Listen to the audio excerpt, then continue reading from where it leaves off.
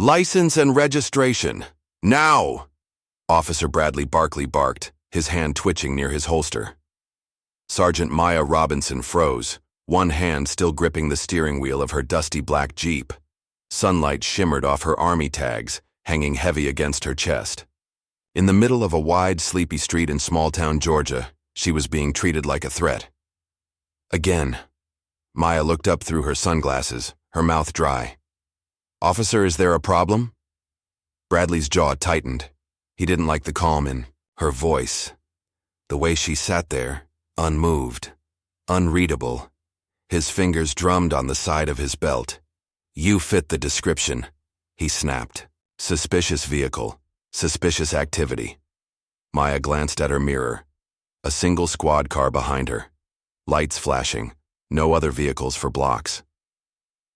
The town square was half empty. A few bystanders lingered near the ice cream shop, pretending not to stare, but their sideways glances were loud enough. She moved slowly, careful, respectful. Army training had taught her that sudden moves around scared men could be fatal, even if you wore a uniform under your jacket. "My license is in my wallet," she said evenly. "May I reach for it?" Bradley grunted. Slowly, the leather creaked under her fingers as she pulled out her ID. She handed it over without a word. He looked at it for half a second, then frowned deeper, as if the very proof of her identity was a personal insult. "Military, huh?" he muttered.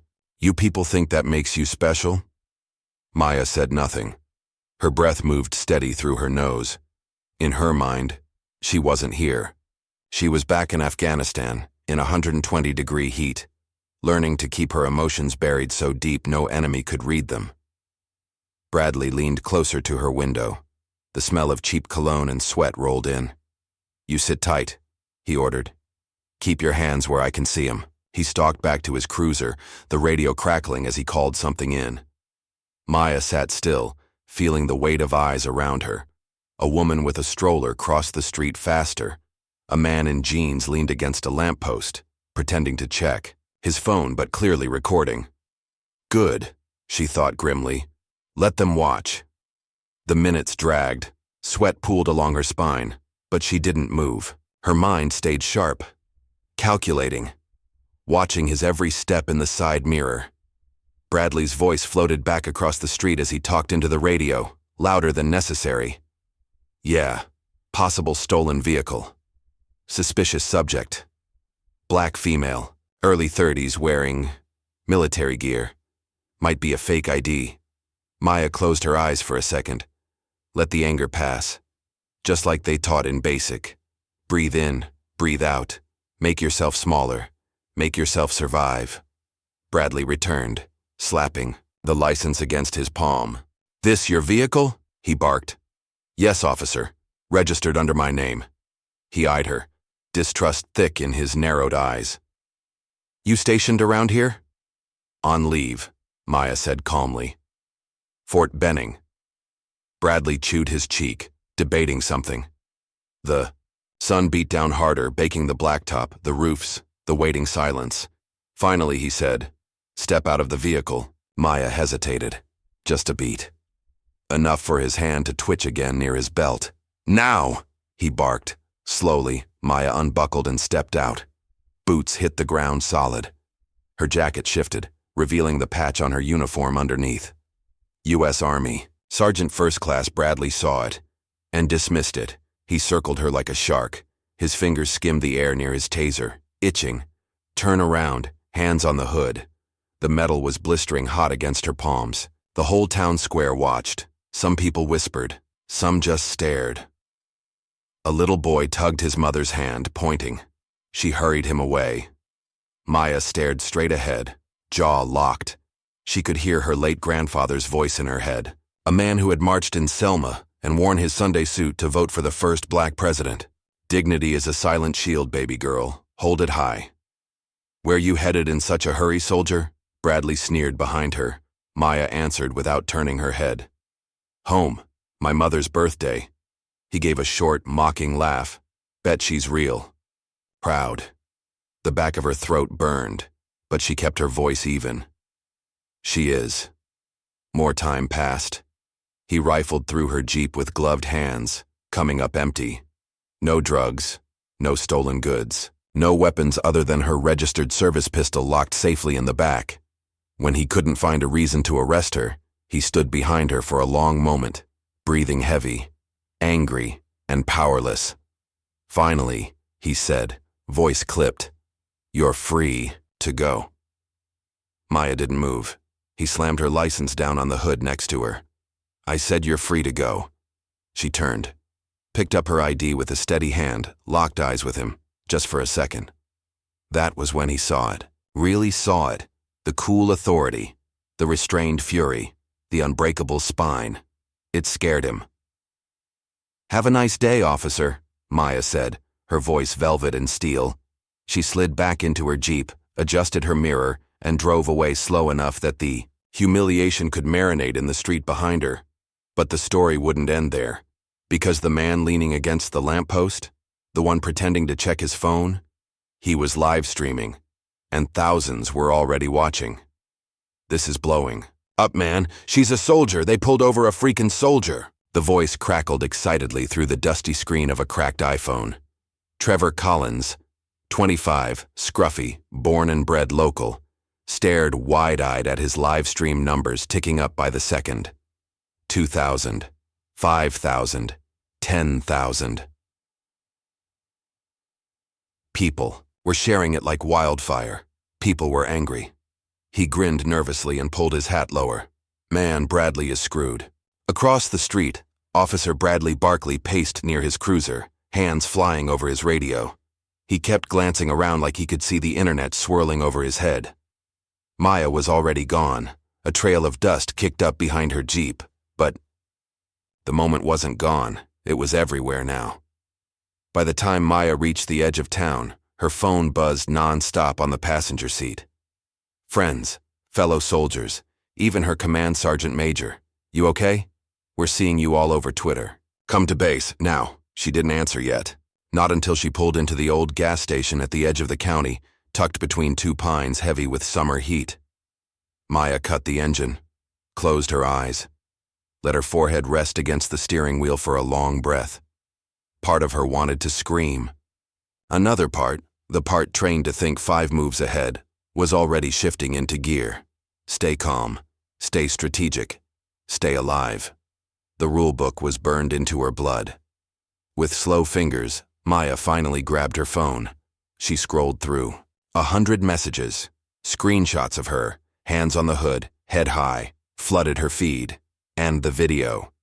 The video that caught it all, the brutal shouting, the searching. The humiliating silence afterward. Already hashtags were trending.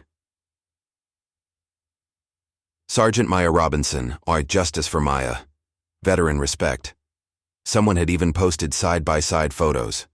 Maya in uniform overseas, smiling in dusty fatigues beside a crumbling Afghan village. Next to the image of her, hands splayed on the hood of her own car in her own country. It stung. Not the exposure, the truth of it. Still wearing her army jacket, Maya straightened. She wasn't hiding. Not today. She tapped her screen and called one number she rarely used. In the gleaming glass offices of Eagle Foundation for Veterans' Rights, Olivia Parks, a white woman with a sharp bob and sharper instincts, picked up on the second ring. "Maya?" Olivia's voice rose, alert. "I need your help," Maya said calmly. Something happened. Within minutes, Olivia had the video. Within minutes after that, she was already moving. Meanwhile, back in town, the police department's phones lit up like Christmas. The mayor's aides stormed into the station, red-faced and sweating. Chief Danny Moss, Bradley's boss, looked up from his desk holding a stale coffee. "We got reporters calling," the aide snapped. "National ones, CNN, MSNBC, hell, even the Army called." Chief Moss frowned. "About what?" The aide threw a tablet on the desk. The video played. By the time it finished, Chief Moss's hand trembled slightly on his mug. Bradley walked in, fresh off trying to delete his Facebook. He froze when he saw them. The aide pointed at him, voice like a gunshot. "Fix it, or you're both gone." At Fort Benning inside the command center, Command Sergeant Major Evelyn Brooks watched the footage 3 times. She didn't speak for a long time. Then she stood, grabbed her cover, and said to her adjutant, "Get me a press officer." Now, back at the gas station, Maya's phone buzzed again. Olivia's message came through like a lightning bolt. "Full legal team en route. Public statement drafted. Do not apologize. You hold the moral ground." Maya swallowed hard. Somewhere deep inside, a slow fire lit. She wasn't just surviving anymore. She was preparing for war. The first article went live within the hour. Black female soldier harassed by small-town police. Livestream goes viral. Photos of Maya in uniform filled the top half of every major site. CNN, USA Today, BuzzFeed, Twitter, Instagram. By noon, her face was everywhere. By noon, every eye in America, including the Army's, was staring straight at Bradley Barkley and the tiny town of Oak Ridge, Georgia. Bradley knew none of this as he sat inside the chief's office, sweaty and defensive. "Didn't do nothing wrong," he barked. "She looks suspicious. Big deal." Chief Moss pinched the bridge of his nose. "You detained an Army sergeant, Bradley. On camera. You humiliated her. On leave. In her own country." Bradley shrugged. "I didn't know she was real military." "You think that makes it better?" "Chief." Moss's phone buzzed again. He glanced at the screen. Mayor Denton. Another call he couldn't ignore. Another brick on the pile crushing his chest. Chief Moss stood slowly. "Give me your badge and your weapon, Officer Barkley," he said, voice low, and final. Bradley's mouth fell open. Wait, Chief. You're suspended. Effective immediately. Pending investigation." Bradley slammed his hand against the desk, making the coffee spill. "You're just throwing me under the bus 'cause the media's screaming." "No," Chief Moss said, rising to his full, heavy height. "I'm doing it because you embarrassed this town, this department, and this country." The silence after those words was heavier than the Georgia heat. Bradley yanked the badge from his belt and slapped it on the table. His gun followed, clattering, with a hollow finality. He stormed out, the door rattling behind him. But it didn't matter anymore, because by the time he reached the parking lot, his face, his name, were already national news. And Sergeant Maya Robinson hadn't even spoken a single word publicly yet. "We need you to make a statement, Sergeant Robinson," Olivia said, her voice steady but urgent over speakerphone. Maya sat alone inside a conference room at a Marriott near Fort Benning, the curtains drawn tight against the blazing afternoon sun. Her army jacket was draped neatly over the chair beside her. She wore a plain gray t-shirt and jeans now. No medals, no rank to shield her, just herself. "No," Maya said quietly. Olivia, thousands of miles away in Washington, exhaled hard. "Maya, this is your moment. The public's on your side. Everyone's waiting to hear from you." Maya leaned back, feeling the worn plastic of the chair dig into her shoulder blades. Her eyes drifted to the muted TV in the corner of the room. Another news segment flashing her face, the words "hero" or "target" scrolling across the bottom. "I'm not interested in fame," Maya said. "I'm interested in respect." Olivia's voice softened. "Then let's demand it, on your terms." Maya closed her eyes. Let the silence stretch. Somewhere deep in her gut, something settled into place. "All right," she said, "but I'm speaking my truth, nobody else's." Outside the hotel, 2 news vans idled by the curb. Cameras, reporters, microphones like weapons, ready to capture every flicker of emotion. Maya stood at the window watching them. She could walk out there right now and let them twist her words into whatever made the best headline. Or she could do this the right way, measured, unshakable, like a soldier. She pulled on her army jacket, the familiar weight settling over her shoulders like armor, and she walked out. The conference room set up by Olivia's team was simple. Just Maya at a podium, a backdrop of the American flag behind her, and 2 lawyers standing quietly to the side. No flashy slogans, no angry mobs, just dignity. The reporters buzzed as she entered, cameras clicking, lights blooming against her skin. Maya stepped to the podium, adjusted the mic once, looked out at the crowd, not angry, not scared, just steady. She let them quiet, themselves refusing to compete with the noise. When the room finally stilled, Maya spoke. "My name is Sergeant First Class Maya Robinson. I have served this country for 12 years. I have fought for freedoms that I myself am still denied." A ripple went through the room. Camera lenses shifted, zooming tighter. "Yesterday, I was stopped and treated like a criminal because of the color of my skin, not because of anything I did." Her voice didn't rise, didn't crack. It stayed calm, even, icy clear. "This is not just about me. This is about every soldier who comes home, expecting honor, and receives suspicion instead." Maya paused, letting the words sink deep. "I am not here for pity," she said. "I am here for change."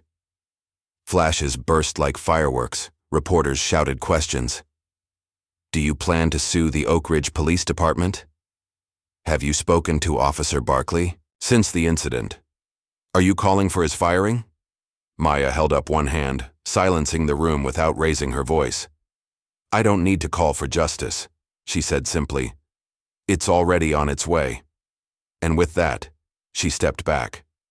Refused to be cornered. Refused to be turned into a symbol for someone else's agenda.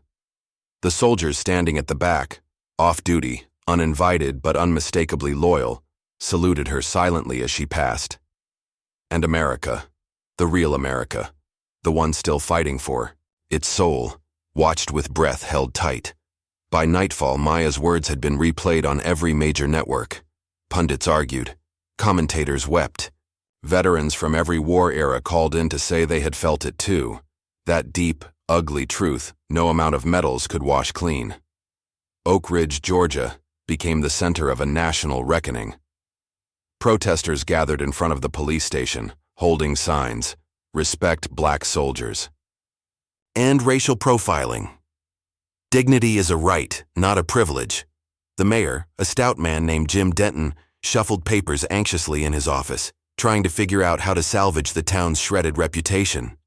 Chief Moss's phone never stopped, ringing, and Officer Bradley Barkley?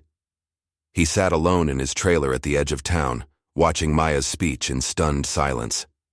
Beer bottles littered the floor around him. His face was flushed, but it wasn't just the alcohol. It was something harder to swallow.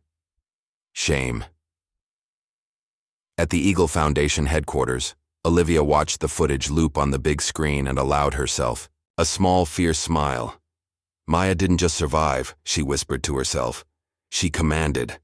This wasn't about one arrest anymore. This was about policy. This was about training.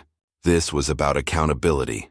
And Olivia, with her army of lawyers and public relations experts, was just getting started. Late that night, back in her hotel room, Maya sat on the bed, scrolling. One video stood out. It was a shaky clip taken by a young girl at the protest. The caption read, "For every time they made us feel small, look at her now." The video showed Maya walking past the cameras, head high, face calm, as a sea of strangers clapped, cheered, saluted. It wasn't about celebrity. It was about recognition. Maya set the phone down and finally let herself smile. Small, quiet, hard-won. Tomorrow would bring lawsuits, hearings, media storms. But tonight she was simply a woman who had refused to shrink, and the world, whether it liked it or not, had finally seen her. All of her. "We need to settle this." "Quietly," Mayor Jim Denton said, mopping his forehead with a crumpled handkerchief. Across from him, Chief Danny Moss sat stiffly in the hard-backed chair, arms crossed tight over his chest. The small-town mayor's office, lined with faded photographs of parades and Little League games, suddenly felt like a trap closing in. "Olivia, Parks isn't going away," Chief Moss muttered. "And neither is Sergeant Robinson," Mayor Denton huffed. "We'll offer an apology, maybe a cash settlement. She's just a soldier." "What's she gonna do, run for Congress?" The words hung in the air. Cheap, dismissive, desperate. Moss said nothing. He had seen the look in Maya Robinson's eyes. It wasn't ambition. It was purpose. And it was bigger than this town. much bigger. Meanwhile, at the Eagle Foundation's legal headquarters, Olivia clicked through a dizzying flurry of emails, congressional aides offering statements of support, veteran organizations pledging solidarity, civil rights groups asking how they could amplify Maya's voice. The story wasn't slowing down. It was accelerating. Olivia leaned back, calculating fast. They could sue the town. They could sue the department. They could even sue Officer Barkley personally. But money wasn't enough. Maya had made it clear. She wanted change, not just a check. Olivia's fingers danced across her keyboard, drafting demands that would make small-town officials sweat bullets. Mandatory racial bias training for all Oak Ridge police, a public apology from the mayor and police chief, a new oversight board made up of citizens, not cops, full audit of the department's stop and search records. Not a quiet apology, a systemic reckoning.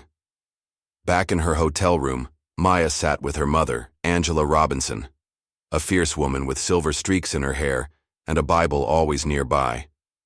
"You sure you want to take 'em all on?" Angela asked, stirring her coffee slowly. Maya nodded. "I don't want revenge. I want no one else to go through what I did." Angela smiled, a proud, sad smile. "You got your granddaddy's fire. He'd be shouting hallelujah if he could see you now." Maya chuckled softly. "He probably is." Outside the window, the town slept uneasily. But Maya was wide awake. The next morning, as the sun burned hot against the cracked sidewalks of Oak Ridge, Chief Moss held a strained press conference outside. The police station, flanked by nervous officers and a sullen Mayor Denton, he cleared his throat and read from a prepared statement. "On behalf of the Oak Ridge Police Department, I extend our deepest apologies to Sergeant Maya Robinson for the treatment she endured. We acknowledge that mistakes were made, and we are committed to doing better." The words tasted like sawdust in his mouth. He continued, voice wooden. "We have placed Officer Bradley Barkley on administrative leave pending a full investigation. Additionally, effective immediately, we will begin reviewing our policies and procedures regarding traffic stops and officer conduct." Questions flew from the reporters. What about racial bias training? Will there be civilian oversight? Is Sergeant Robinson satisfied with this apology? Chief Moss gripped the podium tighter. "We are in discussions with Sergeant Robinson's representatives regarding next steps. Translation: we're bracing for impact." Down the street, Maya watched the press conference from a coffee shop window, her mother by her side. When it ended, Maya stirred her tea calmly. "They're scared," Angela said. "They should be," Maya replied, "because this wasn't a victory lap. This was the opening salvo." Meanwhile, Bradley Barkley sat slumped on his battered couch, flipping through news stations like a man drowning. Every channel, every social media feed, carried his name now. Officer Bradley Barkley accused of racial profiling. Oak Ridge Police under fire. Veteran speaks out against injustice. His old buddies stopped returning his texts. His own family barely answered his calls. He had been a big man once, in this small town, with his badge and his swagger. Now he was a national disgrace. And somewhere, deep inside, Bradley knew it wasn't just about what he did. It was about everything he represented. By late afternoon, the official email from Olivia's legal team landed in the mayor's inbox like a ticking bomb. Subject: formal demands for structural reform, Mayor. Denton read it once, then twice.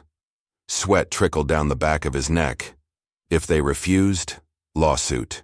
If they dragged their feet, national protests, media firestorm. Oak Ridge couldn't survive that kind of spotlight. He called an emergency meeting with the town council. Chairs scraped angrily against the floor as the councilman filed in. The sea of red faces and tight fists. "Are we seriously negotiating with her?" Councilman Reed barked, slamming a fist on the table. Mayor Denton glared at him. "We're negotiating to survive, Ted." Murmurs of grudging agreement filled the room.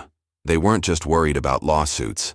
They were worried about elections. They were worried about realtors pulling out, stores closing, tourism tanking. Money talked, and right now, money was screaming. That evening, Maya got a call. It wasn't Olivia. It wasn't a lawyer. It was Mayor Denton himself.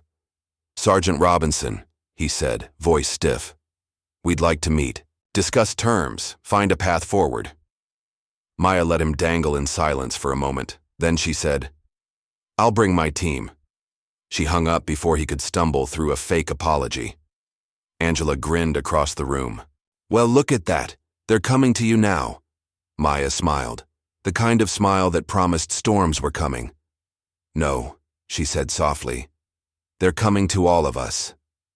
We're hoping to resolve this amicably," Mayor Denton said, forcing a tight smile as Maya and her team entered the town hall meeting room. The air inside was thick with heat and something uglier, fear pretending to be politeness. The mayor sat at the head of the long oak table, flanked by Councilman Reed, the town attorney, and Chief Moss, who looked like he hadn't slept in days. Across from them, Maya took her seat, flanked by Olivia Parks and a quiet, steely-eyed civil rights attorney named Marcus DeWitt. No one spoke for a beat. The soft whir of the overhead fan filled the silence. Then Maya folded her hands calmly on the table and said, "Let's hear what you have." Mayor Denton cleared his throat, shuffling papers he hadn't even read. His face was a shade too red, his shirt collar damp with sweat. We're prepared to issue a formal apology," he began, voice wobbling at the edges. "Public, of course. We would also like to offer a financial settlement, generous considering our town budget."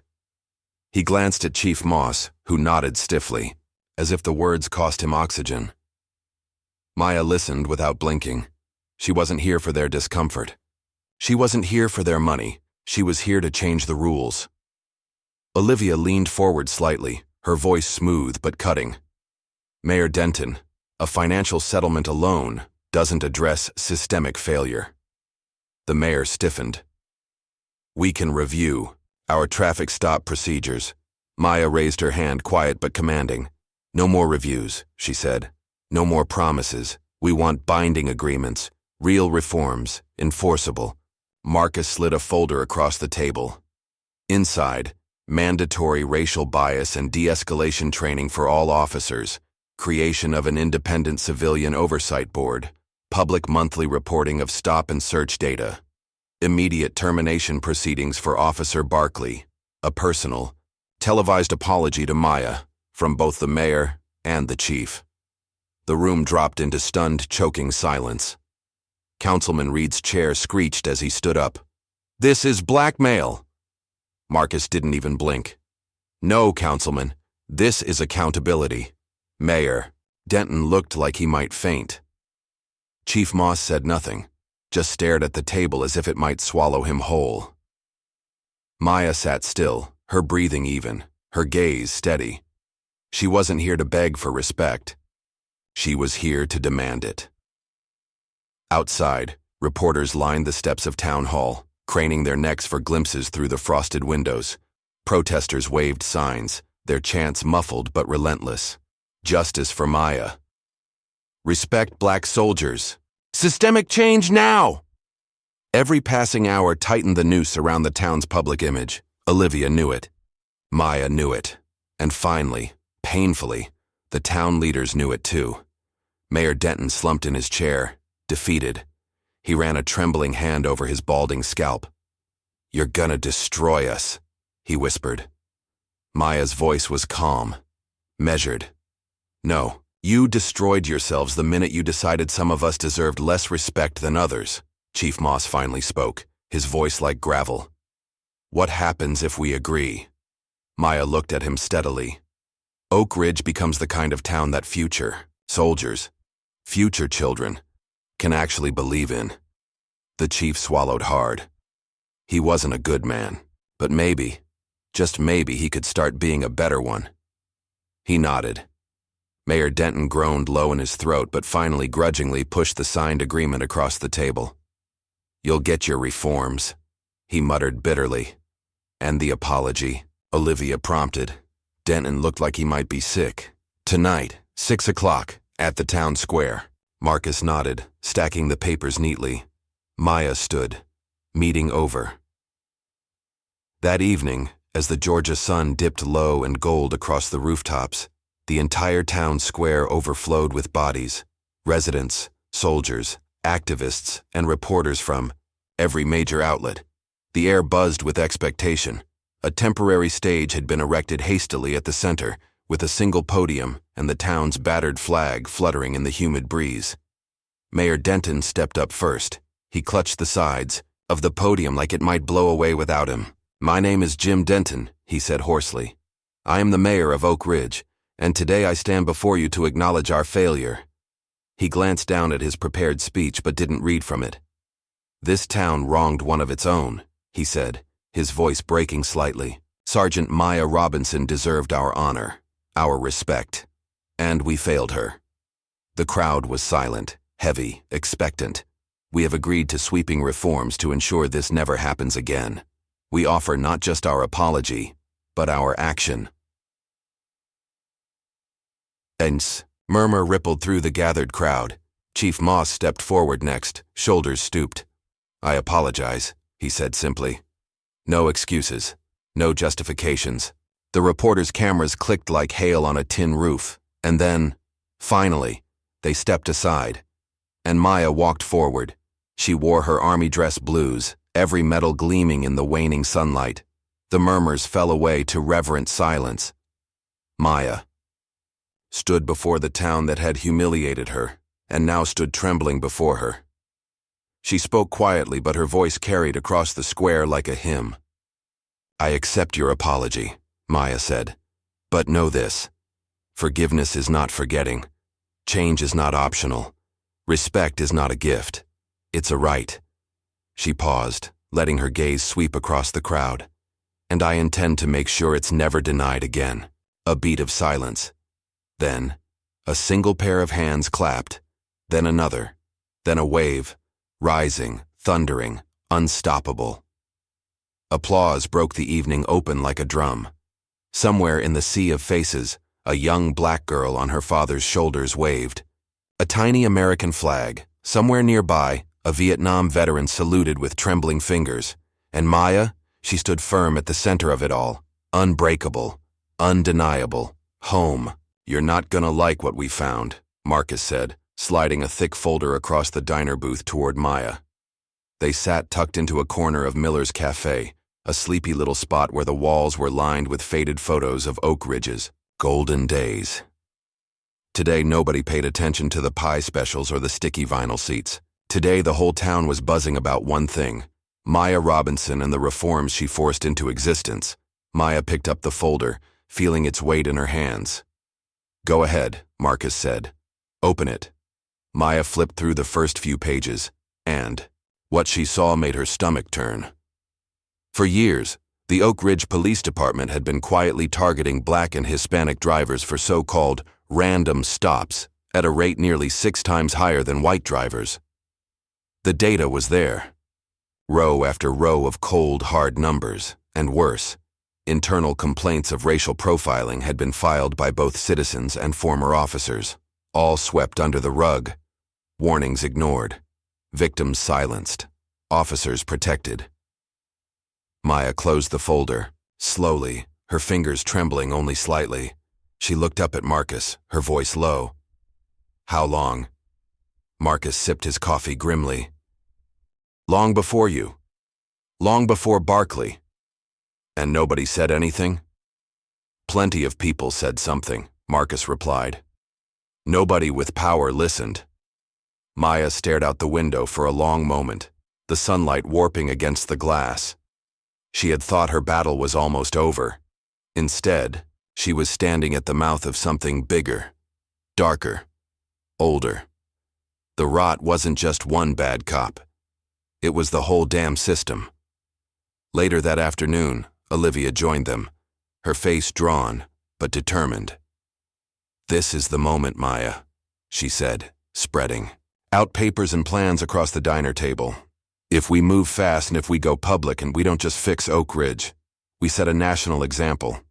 Maya tapped a pen against the edge of her coffee cup, thinking. She hadn't come here for fame. She hadn't come for lawsuits or headlines. She came to fix something broken. And now, she realized, it would cost even more than she thought. Her voice was steady when she spoke. "Do it." The next day, the Washington Post broke the story. Newly uncovered records reveal systemic racial targeting in Oak Ridge Police Department. The article exploded across news sites. Anchors clutched printouts on live TV. Legal analysts dissected it frame by frame. Activists lifted Maya's name higher and higher, a symbol not just of survival but of transformation. The Department of Justice announced an inquiry. The governor's office issued a statement calling for full cooperation. Oak Ridge, Georgia, a tiny speck on the map, had become the epicenter of a national conversation about policing, race, and systemic accountability. Inside the Oak Ridge police station, chaos reigned. Chief Moss slammed his office door shut and shouted into the phone, "What do you mean federal investigators are coming?" On the other end, the mayor's voice cracked like brittle paper. "This is bigger than us now, Danny. You brought this on us." Chief Moss's hand shook as he set the receiver down. He looked around his office. The awards on the wall, the commendations, all hollow now. He had spent decades building a fortress of loyalty and silence. And now, the whole thing was burning. Down. Meanwhile, Maya faced her own battles. Threats trickled in through social media.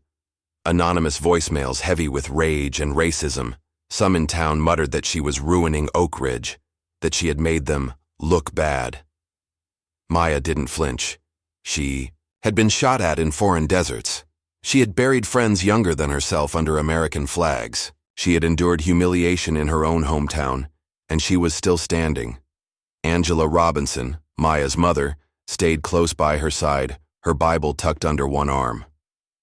"You know why they're so scared, baby?" Angela said one night, sitting across the kitchen table. Maya shook her head silently. "Because you didn't just make 'em sorry. You made 'em seen." Maya looked down at her hands, strong, calloused hands that had built more than they ever broke.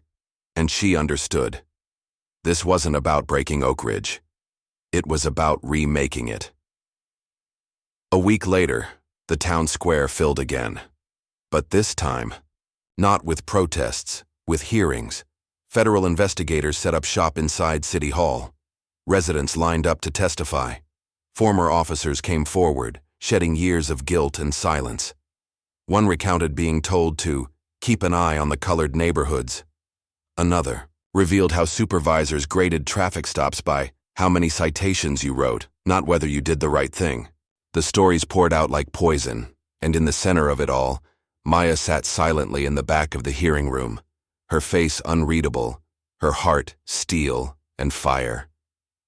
At night, when the cameras turned off and the crowds thinned, she would sometimes walk the quiet streets alone, past the gas station where she had first pulled over, past the ice cream shop where bystanders had pretended not to see, past the squad car parked empty at the corner.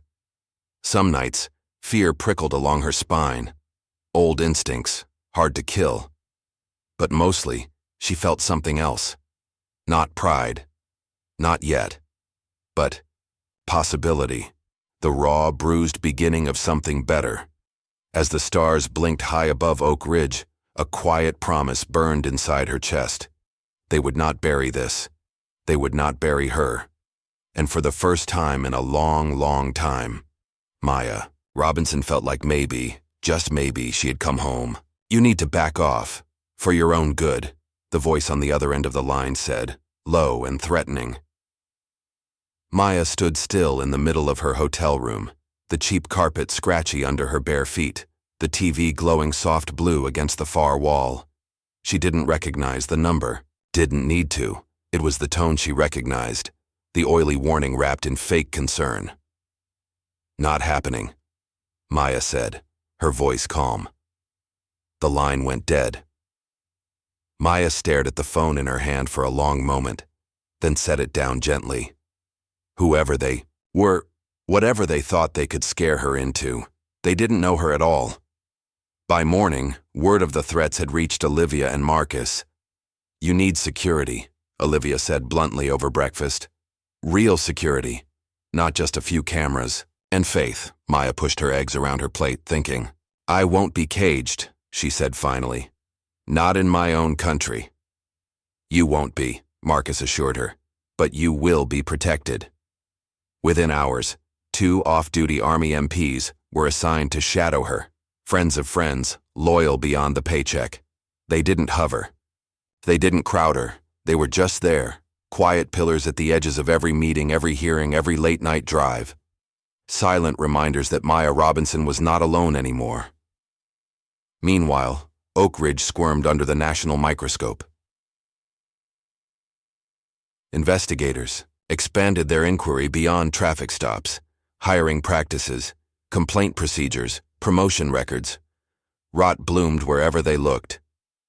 3 officers resigned in disgrace. 2 sergeants were suspended pending investigation. And Bradley Barkley, disgraced, jobless, and bitter, was subpoenaed to testify. He tried to fight it, tried to disappear. But Maya's team was relentless. No one was slipping away this time. Across America, Maya's name kept climbing. Civil rights groups held marches in her honor. Veterans organizations rallied behind her. Talk shows debated her bravery. Editorials called her the new face of American resilience. Offers flooded in. Book deals, speaking tours, brand sponsorships. Maya said no to all of them. She wasn't a product. She wasn't a mascot. She was a soldier fighting a different kind of war now. At a town hall meeting 2 weeks later, Maya stood at the microphone, her voice steady and low. "This is not about tearing Oak Ridge down," she said to the packed gymnasium crowd. "It's about raising it up, higher than it ever dared to be before." The crowd, black, white, old, young, erupted into applause. But not everyone clapped. At the back of the room, a knot of angry faces glared. The old guard, the ones who believed the town was just fine the way it was. Maya saw them and didn't flinch. That night, after the meeting, a brick was thrown through Maya's hotel window. The MPs reacted instantly, clearing the room, securing the perimeter. Maya stood outside, watching the glass glitter like stars across the parking lot. Angela Robinson, arms crossed tight over her chest, came to stand beside her. "You scared?" her mother asked softly. Maya shook her head. "I'm ready." Angela smiled, a proud, sorrowful smile, and slipped her hand into Maya's. They stood there together, 2 generations of strength, staring down the darkness. The next morning, Maya filed a report. The hotel replaced the window. And Maya went right back to work, because the truth was simple. If they were trying to scare her, it only proved she was winning. Meanwhile, in Washington, D.C., a junior congresswoman named Rebecca Hartley saw Maya's story and saw a movement waiting to be born. She drafted the first version of what would later be called the Robinson Reform Act, a federal proposal to tie police funding to racial bias training, transparency, and civilian oversight. It was a long shot, a moonshot, but it was a shot worth taking. In Oak Ridge, Mayor Denton held an emergency meeting with what was left of the town council. "We have to get ahead of this," he barked. "We have to own the changes." "Or what?" Councilman Reed sneered. "Let her run for mayor too?" Denton rubbed his face wearily, because the scary thing was, if Maya Robinson ever ran for office, she would win in a landslide. She didn't just have supporters. She had believers. Late that night, Maya sat at the edge of her bed, scrolling through messages she almost couldn't believe were real. A mother from Ohio, thanking her for giving her son hope. A retired sergeant from Texas, saying he felt seen for the first time. A teenage girl from Baltimore, writing, "I want to be brave like you." Maya closed her eyes, letting the weight of it settle over her shoulders. Not fame, not attention, responsibility, the kind you don't ask for, the kind you carry because it's too important to set down. As the clock struck midnight over Oak Ridge, Maya knew they had thrown everything they could at her. Fear, threats, hate, and she was still standing, still fighting, still rising. Tomorrow would bring more battles. But tonight was hers. "You're about to make history, Sergeant Robinson," Olivia said, fastening the delicate silver pin on Maya's jacket lapel. They stood backstage inside the marble halls of the U.S. Capitol building, where the ceilings soared like cathedrals and the whispers of power drifted through the air like smoke. Maya adjusted her army dress blues. They fit perfectly. Sharp, proud, unshakable. A hearing room full of senators waited beyond the heavy oak doors. Reporters buzzed. Cameras flashed. Protesters outside chanted her name. But inside, Maya's heart was calm. Steady. Ready. "I'm not here for history," Maya said softly, fixing her gaze forward. "I'm here for justice." Olivia smiled, a real proud smile, and stepped aside. The door swung open. Maya walked through. The hearing room was packed wall to wall. At the long dais, senators in dark suits murmured and shuffled papers. Some leaned forward with genuine interest. Some leaned back with carefully blank expressions. Maya stepped to the witness table. Her medals catching the light, her boots silent against the polished floor. The chairman, a silver-haired man from Virginia, leaned into his mic. "Sergeant First Class Maya Robinson," he said, "we thank you for being here today." Maya nodded once, and then, as the cameras zoomed in, she began. "I served overseas in uniform to defend rights that are too often denied at home," Maya said, her voice clear and low. "I was detained, humiliated, and profiled in my own country, not because of anything I did wrong, but because of what I look like. No anger, no theatrics, just truth, spoken like steel. The issue isn't one bad officer," she continued. "It's a system that allows, and even encourages, injustice without consequence." The senators sat frozen, listening. "The Robinson Reform Act is not about punishing police," Maya said. "It's about protecting American values, fairness, dignity, and the belief that no one is above the law." She paused, letting the weight of her words settle. "I fought for this country abroad. Now, I'm fighting for it here." A ripple moved through the room, quiet but unstoppable. Questions came fast after her testimony. Some senators were respectful. Some tried to trap her in political games. Maya met every question with calm precision. She wasn't playing defense. She was the offense. At one point, a senator tried to twist the narrative. "Wouldn't you say, Sergeant Robinson, that most police officers are good, hard-working Americans doing a difficult job?" Maya didn't blink. "I would say," she replied smoothly, "that good intentions do not erase bad outcomes." The room froze. "Even," the senator leaned back, chastened. Maya pressed on, her voice firm. "Accountability doesn't punish good officers. It protects them, and it protects us all." Outside, the news outlets exploded with headlines. "Sergeant Maya Robinson delivers powerful testimony to Congress. A soldier's call for justice echoes through Washington. Robinson reform trending nationwide." Olivia and Marcus huddled in a hallway, watching the media storm swell. "You think she changed any minds?" Marcus asked. Olivia smiled faintly. "She didn't just change minds, she changed the battlefield." But not everyone was celebrating. In the smoky backrooms of political power, opponents plotted desperately. Old alliances of police unions, hardline politicians, and corporate donors gathered like storm clouds. "She's dangerous," one lobbyist muttered. "She's turning this into a movement." "We need to discredit her," another growled. "Find something. Anything." That night, as Maya and Olivia debriefed in the quiet of the hotel suite, Marcus barged in, his face grim. "You need to see this," he said, tossing a manila folder on the bed. Maya opened it carefully. Inside, grainy photos from years ago. Personal moments. A night out with fellow soldiers, laughing, dancing, a shot of Maya helping a buddy into a cab. After too much to drink. A second shot, framed to look like a fight. Taken out of context, twisted the right way, they could smear her name. "They're trying to paint you as reckless," Marcus said tightly. "Undisciplined, dangerous." Maya looked at the photos for a long time, then she looked up, fire in her eyes. Let them.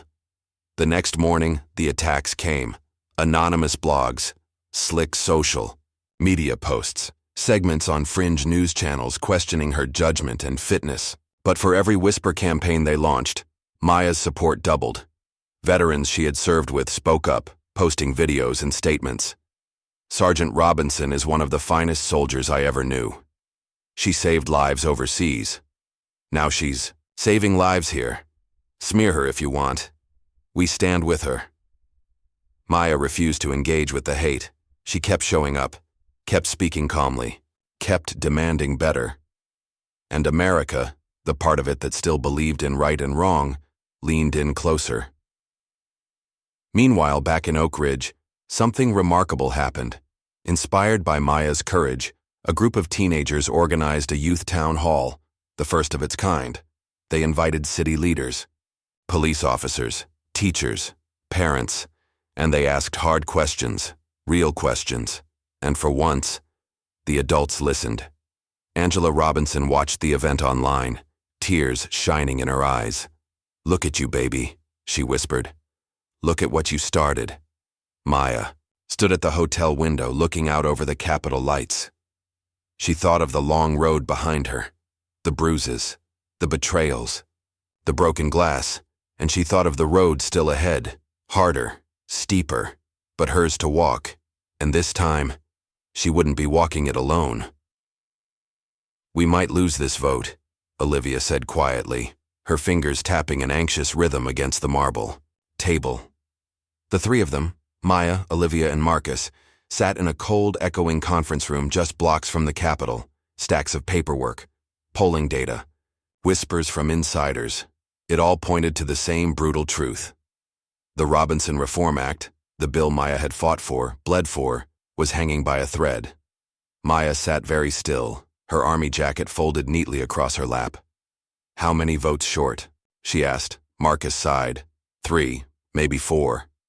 "And they're leaning hard the other way," Olivia added grimly.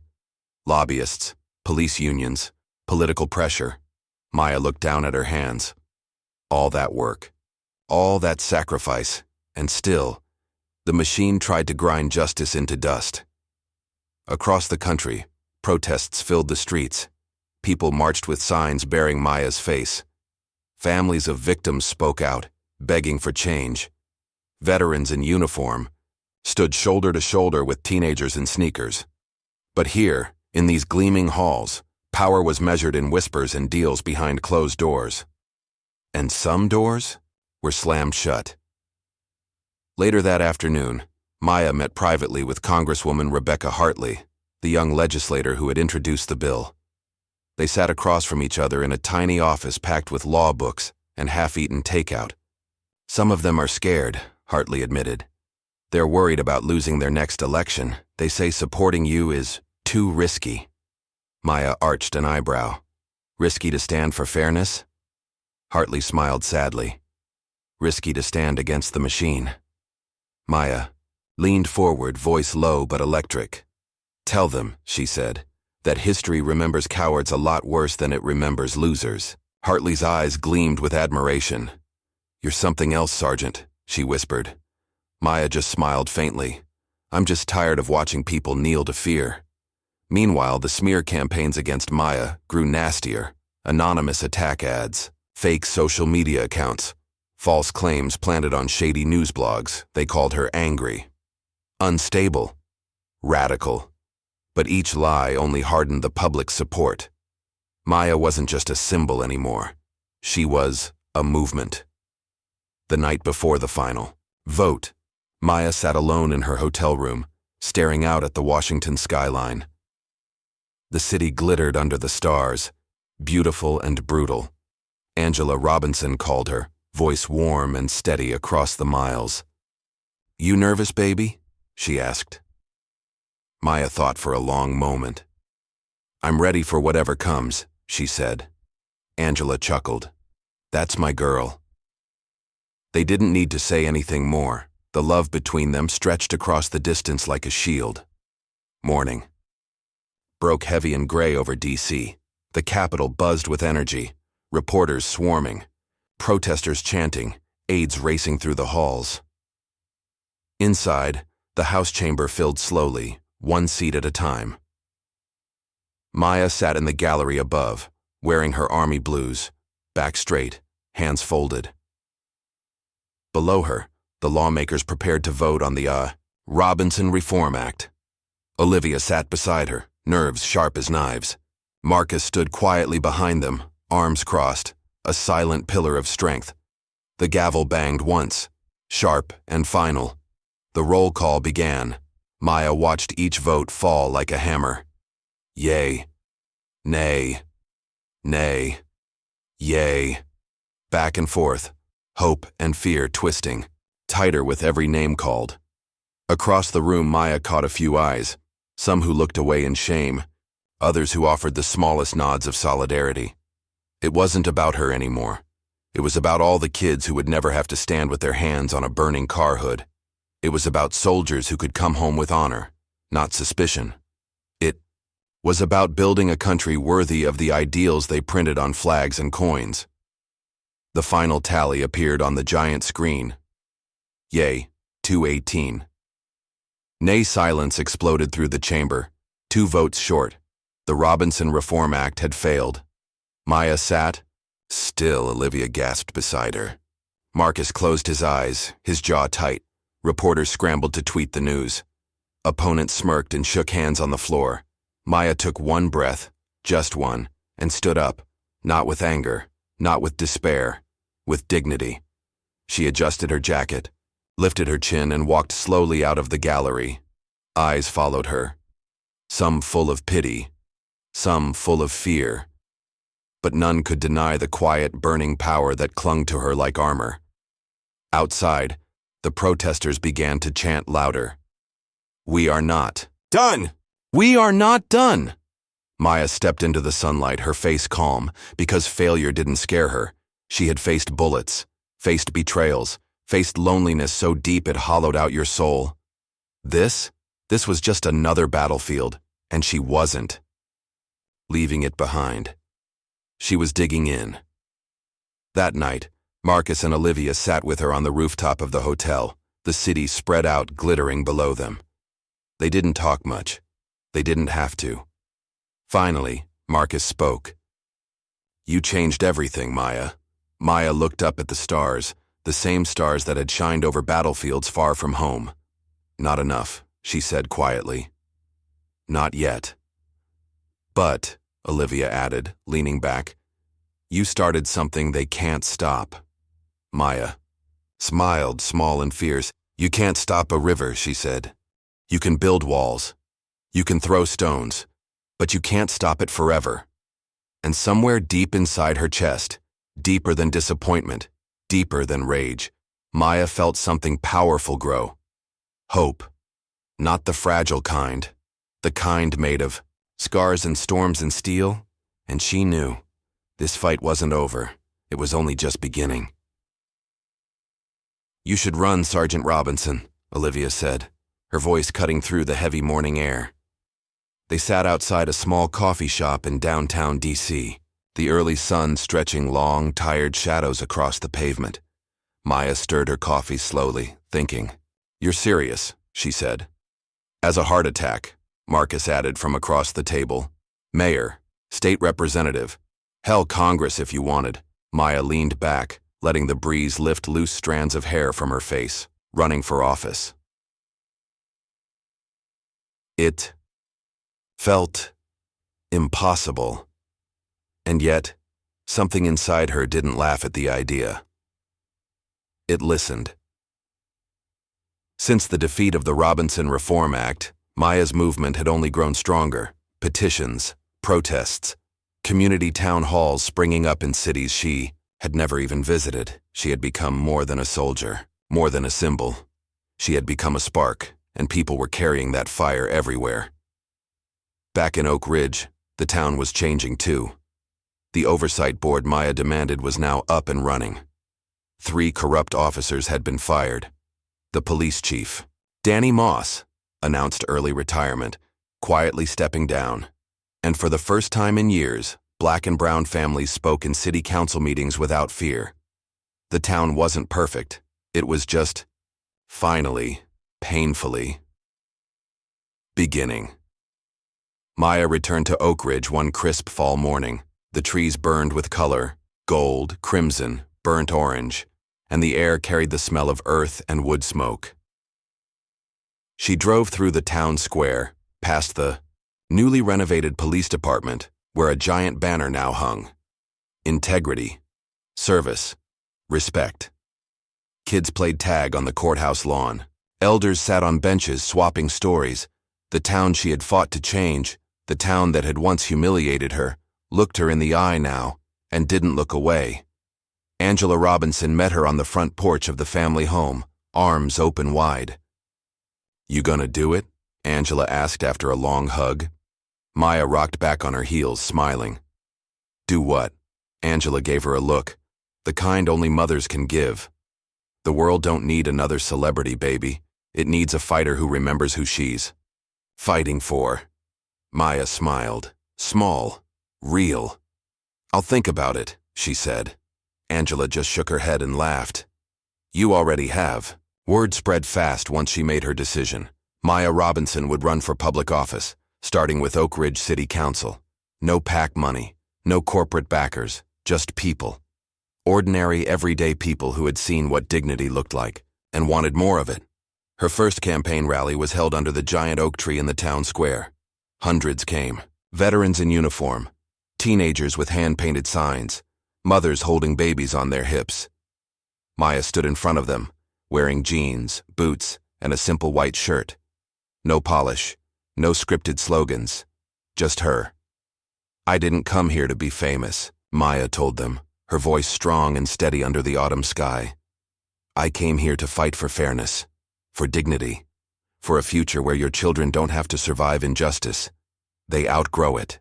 She looked out at the faces, hopeful, bruised, stubborn, proud. "I can't promise to fix everything. I can't promise it'll be easy." She smiled, the kind of smile that made you believe it could be done anyway. "But I can promise you this. I won't stop fighting for you, because you're worth it, and so is this town." The crowd rose in a roar, cheering, clapping, crying. Not because Maya promised magic, but because she promised truth. And truth, it turned out, was a rare and powerful thing. Election day came cold and clear. Maya stood in line with her mother, waiting to vote. No red carpets, no entourages, just neighbors nodding quietly to her, children peeking shyly from behind their parents' legs. Maya stepped into the voting booth and took a deep breath, and with one firm stroke of the pen, she voted for a future she once thought she'd never see. When the results rolled in that night, the whole town seemed to hold its breath, and then she won. Not by a little, by a landslide. The victory speech was short, humble, powerful. "I don't stand here today because I'm special," Maya said, her voice carrying over the crowd. "I stand here because we are. Because when we choose courage over comfort, truth over silence, we build something that lasts." The cheers rumbled through, the streets like distant thunder. Weeks later, as Maya sat in her new city council office, a small plain room with a single window overlooking the courthouse lawn, a young girl knocked on the door. She couldn't have been more than 10 years. Old brown skin, bright eyes, hair in 2 proud braids. The girl held out a crumpled piece of paper, a drawing of Maya in her army uniform, standing tall with a flag in one hand and a book in the other. "I drew this for you," the girl said shyly. "You're my hero." Maya knelt down, accepting the drawing like it was the most precious thing in the world. She smiled, tears stinging the back of her throat. "You're the hero now," Maya whispered back. And she meant it, because true leadership wasn't about standing above others. It was about lifting them higher. As the sun set over Oak Ridge, painting the sky in fire and gold, Maya Robinson stood at her window looking out at the town she had fought so hard for. It wasn't perfect, but it was hers, and it was better, because she refused to back down, because she refused to be silent, because she refused to believe that dignity was something you had to earn, instead of something you were born deserving. Maya Robinson smiled, not because the work was done, but because it had finally begun.